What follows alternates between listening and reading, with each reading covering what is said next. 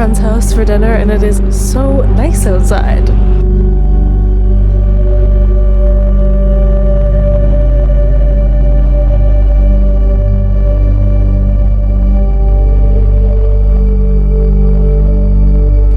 Ooh, I just saw a bunny.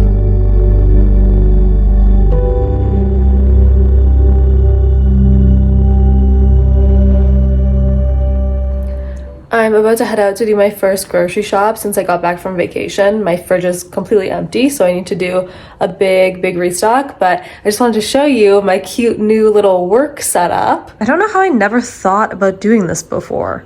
Yeah, I think I'm gonna decorate it a little cuter, put some art up, and this is gonna be my new little office. I got home a couple days ago, but I've been really procrastinating going grocery shopping because I just miss the food in Mexico so much. And I just haven't been looking forward to cooking because I know that everything that I cook is gonna be underwhelming to everything that I ate while I was in Mexico. The food was just so good.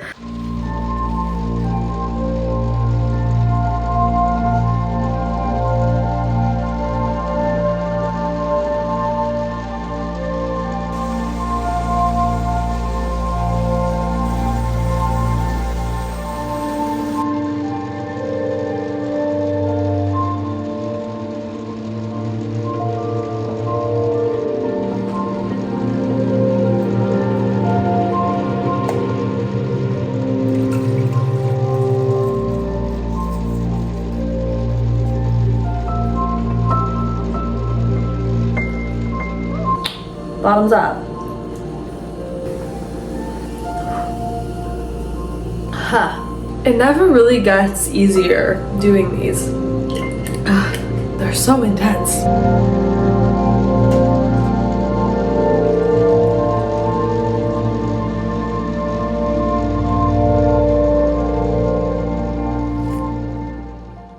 A big part of the whole reset process for me when I get back from a vacation is actually just unpacking my suitcase and no longer being in denial about being home. So I'm doing that, and I thought I'd show you some of the stuff that I got. One of them is this piece of art.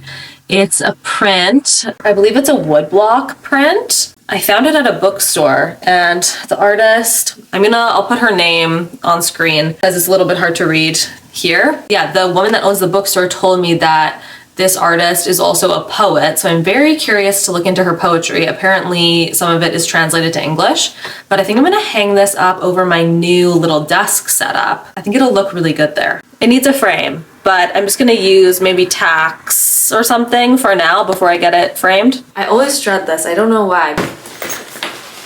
Okay, I'll start with the houseware things. I got this moon. It's just a little wooden moon. I found it in Tulum. A whole bunch of glassware. These beautiful cobalt blue cups. I got 2 of them.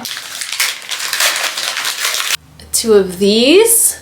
And then 2 larger versions of essentially the same glass. I went to this really cool store that had a bunch of enamel cups and plates, so I got a few of those. A little enamel dish for olives, 2 bowls, and 2 bowl/plates. They're like plates. And then also 2 mugs. I'm just very obsessed with this color. I found this vintage ceramic fish dish that's made in Mexico. It was just from a clothing store that also sold a few little homeware things, but I think it's very pretty. These next 2 were kind of a crazy splurge. I made a whole TikTok about them, but they're these 2 fragrances from Foya. One of them is very fresh and kind of tomato vine smelling. I'm not really sure how to say the name, but I'll put it on screen with the notes, but yeah, it's a very gorgeous fragrance. The next one is Mascara Cacao, and it smells like photorealistic cacao. It's so gorgeous. I almost don't want to take them out of their packaging, but I do want to show you what they look like. The packaging is really beautiful. This is what they look like. They have a really pretty lid. The brand is Foya 1833. It's not a Mexican brand, it's actually a Patagonian brand. John and I got this little wooden cat box for my brother, just as a little fun souvenir. Let's move on to clothing. I made some unbelievable clothing purchases. I got this crocheted top from a store that sold only clothing made by Mexican designers. A lot of the clothing was embroidered or crocheted. It's so gorgeous and has these very cute little beaded details all over it. I think it'll be really fun as a beach cover up or over top of a t-shirt. This top is from a store that sold just clothing by Mexican designers and Latin American designers. Vintage Champion sweatshorts. Just a good staple piece, IMO. I love red. Denim shorts that I think I might end up having tailored a little bit. I just want them to be a little bit shorter, but I don't want to cut them off. I like that the hem is intact, so I'm gonna get that done. But they are Lee. This reworked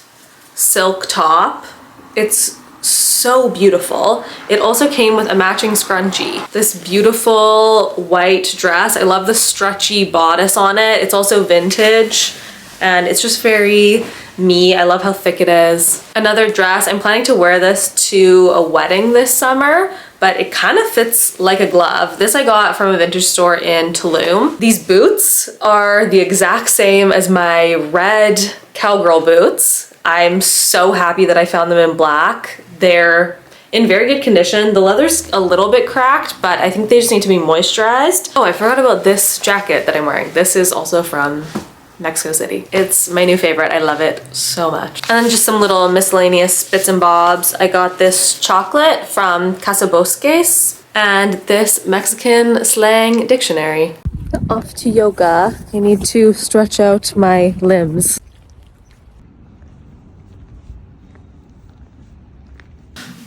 That yoga class was so good. I love my yoga studio so much. That was kind of the one thing I was missing while I was in Mexico, was just being able to go to my yoga class a few times a week. But yeah, it felt really, really good to be back there today. Just such a nice pause during the day. It always makes me feel incredible and so sweaty. So now I need to take basically an everything shower. I need to exfoliate my skin because it's just been a little bit flaky and nasty since I got home. And then because I do, oh, Joni is in the bathroom with us. Hello, little miss.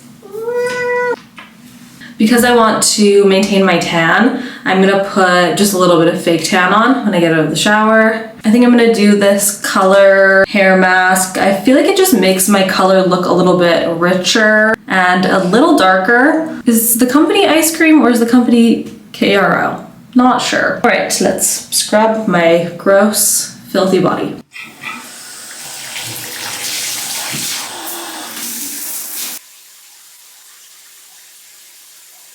I received a couple of things from this brand Bubble, so I thought I would try it out. This is their hydrating boosting serum.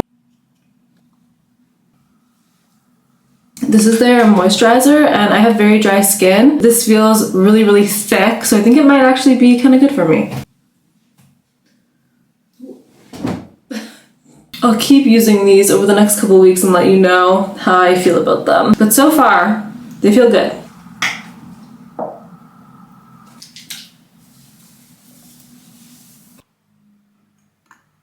I come back to the salty face tanning water time and time again because it just doesn't stain any of my clothes. It's the best. And I can put it on under my makeup, which I don't know if that's normal, if you can do that with all tanning waters, but I just think that's really nice. And then it develops throughout the day or at night, and it doesn't stain my sheets. Okay, I need to moisturize and then tan the rest of my body. My bathroom is really dark and I like to do my whole body tanning routine in a full-length mirror so I can see if I've missed any spots. Old gross tanning mitt, salty face tanning foam.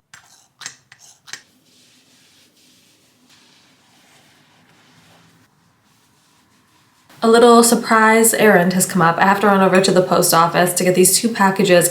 I don't really understand why they couldn't be delivered to my house. This happens like once a month and then I have to go to this post office that's really far away, but it is fine. I'm gonna take an Uber there, and then when I get home, I am probably gonna like eat chocolate or something as a reward for completing this task that I don't really want to do.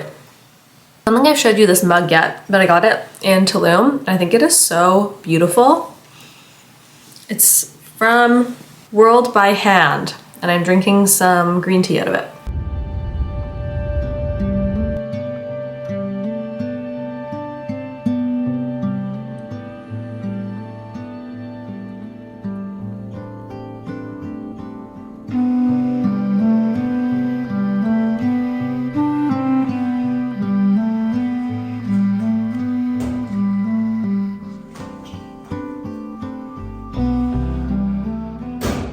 Oh, I'm just taking a little break from cleaning. I switched Joni's cat food recently from canned cat food to a combination of kibble and freeze-dried raw cat food, and I cannot believe how much better it is. Just the smell of the new food alone. If you feed your cat canned wet food, you know it absolutely reeks. And then just having those cans sitting in your house smelling is pretty gnarly. She's also probably the least food motivated cat ever, and so I often found that if I fed her wet food, it would just sit in her dish all day. Even if I gave her like half a can, she would just eat a couple bites of it and then would just go back and graze all day long. And so her food would just end up getting really gross, and I felt like it wasn't really safe to be feeding that to her. The pet food I've been feeding her is from Open Farm, and I love that they're so transparent about their pet food recipes. Their Surf and Turf freeze-dried raw recipe contains breastfed beef, wild-caught salmon, and nutrient-rich organ meat. It's grain and legume free, and it's non-GMO. The raw mix kibble is bone broth coated, which kind of makes me feel like Joni's food is actually better than what I feed myself. If you're interested in trying Open Farm, you can use the code BIGBOOKLADY or click the link in the description of this video to get 15% off your first order.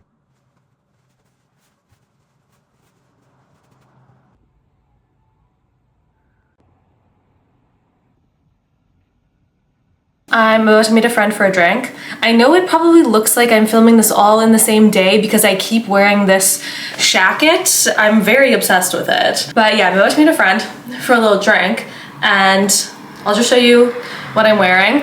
I know the shacket's getting boring because you've seen it a million times, but I think with these cute, fun little 90s shoes that I've had for like a million years, I thrifted them a long time ago. I just love the big buckles. I think they just look fun. Okay, I'm just gonna show you what it all looks like. I like it. I think it's fun. And I'm also gonna put on Haunted Rose from Future Society. Oh yeah, it's very yummy. I never hear anyone talk about this. Also gonna bring the new book that I'm reading just in case I show up first. I really don't know anything about this book. I borrowed it from a friend and she said it was very good, and I trust her opinion. Let's skedaddle. A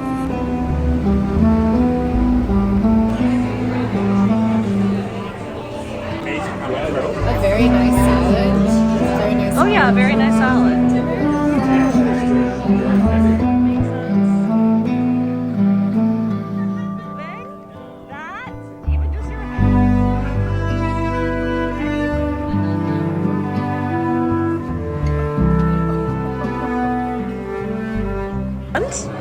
How is it?